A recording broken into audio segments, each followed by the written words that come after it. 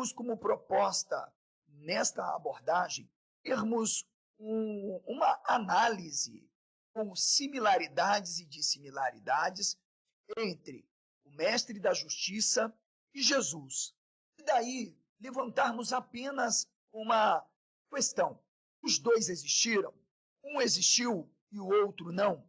Analisando então ambos os manuscritos do Mar Morto e o Novo Testamento, que é formado por um conjunto de manuscritos, que na verdade manuscritos que foram passando de mão para mão, também é um conjunto de fragmentos de papiros que foram sendo adulterados de mão para mão, de acordo com os analistas especialistas justamente em manuscritologia e crítica textual.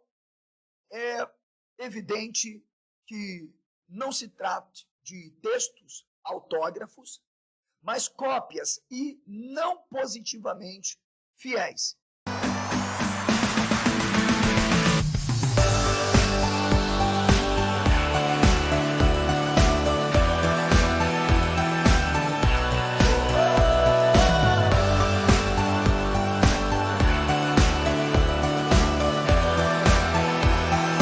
Eu preparei esse esboço que eu vou disponibilizar para o meu público por um valor bem acessível, ok?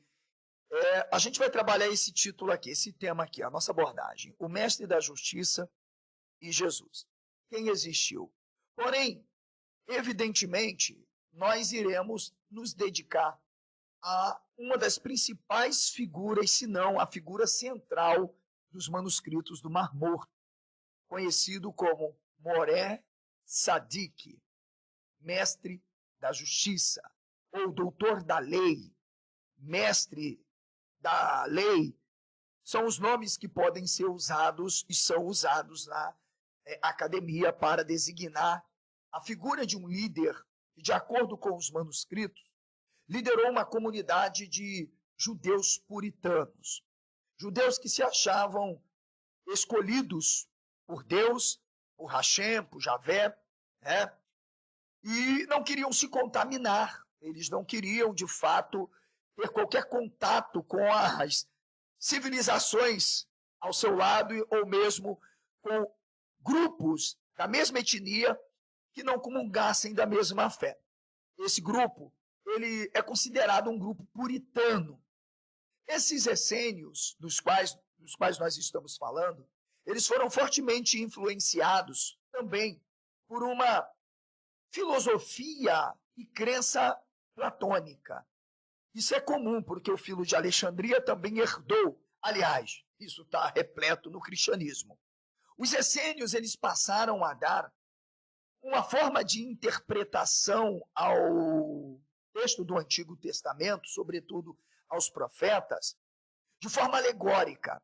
Eles acreditavam piamente que o fim do mundo estava perto, que haveria um iníquo, uma espécie de falso Messias que se levantaria para poder lutar, inclusive, contra o mestre da justiça, o seu líder. Eles tinham tudo em comum. Tinham uma ceia onde se partia um pão, se abençoava um cálice. Isso mesmo, eles tinham tudo em comum. Eles também praticavam outros ritos, como o Kiddush Yadayim, que era de lavar as mãos, de se purificarem, coisas do tipo. Porém, existe também uma figura no cenário dos manuscritos do Mar Morto, pessoal, que deve ser também aqui objeto da nossa reflexão. Porque apesar de muitos historiadores, e é claro por conveniência, né, por desonestidade, defenderem um tal Jesus histórico, mesmo diante de evangelhos discrepantes, contradizentes, totalmente escritos em épocas distintas, por mãos distintas, onde cada um constrói o seu Jesus, seu líder, seu mestre, de acordo com o que quer. Evangelhos que são adulterados e escritos de acordo com as conveniências de grupos específicos, coisa que nós não vemos nesses manuscritos. Então veja, um Jesus que aparece, ora, com toda uma característica de quem parece se inclinar por um essenismo, ora, ele se apresenta como uma espécie de cínico filósofo, o que também não o faria deixar de ser um essênio, até porque há toda uma influência helenística também, sobretudo nos essênios. Então, eu falo de um mestre que, segundo os manuscritos, que ora nós iremos analisar, irá, inclusive, ser anunciado por um precursor. Então, eu gostaria de fazer uma pergunta antes a você, espectador inscrito aqui no canal. Eu sou muito grato pela sua presença, por valorizar o conhecimento, sabe? Por entender que conhecimento não tem preço, tem valor. É o seguinte, os manuscritos do Mar Morto, eles vão falar que havia um profeta que caminhou para o deserto para anunciar a vida do mestre. E a pergunta que eu quero aqui fazer para você é: você já ouviu uma história semelhante em algum lugar na história do cristianismo? Se você já ouviu, comente aqui para mim qual a personagem do Novo Testamento que justamente tem esta mesma função. Desempenhou supostamente este papel de anunciar a vida de um líder, de um Messias, de um mestre, de um rei, supostamente.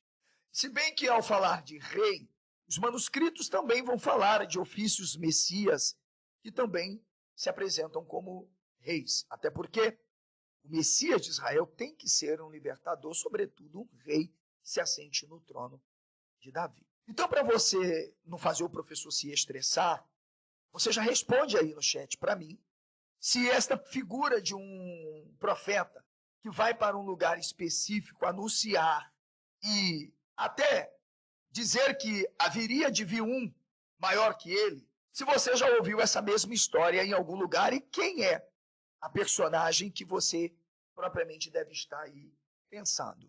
Dito isto, então, eu preciso esclarecer para vocês que eu me dedico aos manuscritos do Mar Morto há 24 anos. Eu tenho 46. Tive contato com os manuscritos do Mar Morto aos 22 anos de idade, me apaixonei como estudante da língua hebraica. E adquirindo a fluência no hebraico, no aramaico, no grego, eu comecei a querer entender aquilo que os especialistas tinham já nos permitido conhecer. Na minha época, nem todos os manuscritos já estavam prontos, alguns nem haviam sido recuperados, ok?